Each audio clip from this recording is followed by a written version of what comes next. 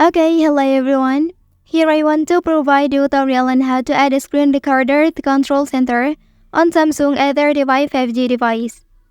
Well, knowing how to add a screen recorder to the control center provides you with a powerful tool for capturing, sharing, and documenting content from your device, enhancing productivity, communication, and creativity. So let's go to the tutorial.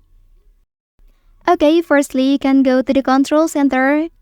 And here, look for pencil icon and tap on it.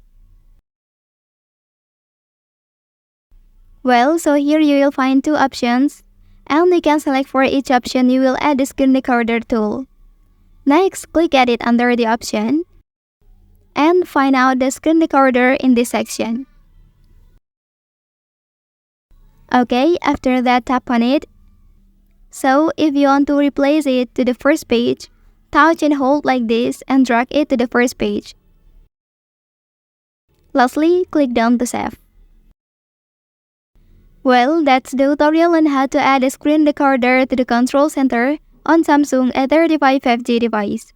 If you are helped by this video, don't forget to like and subscribe to get other information from this channel. Thank you.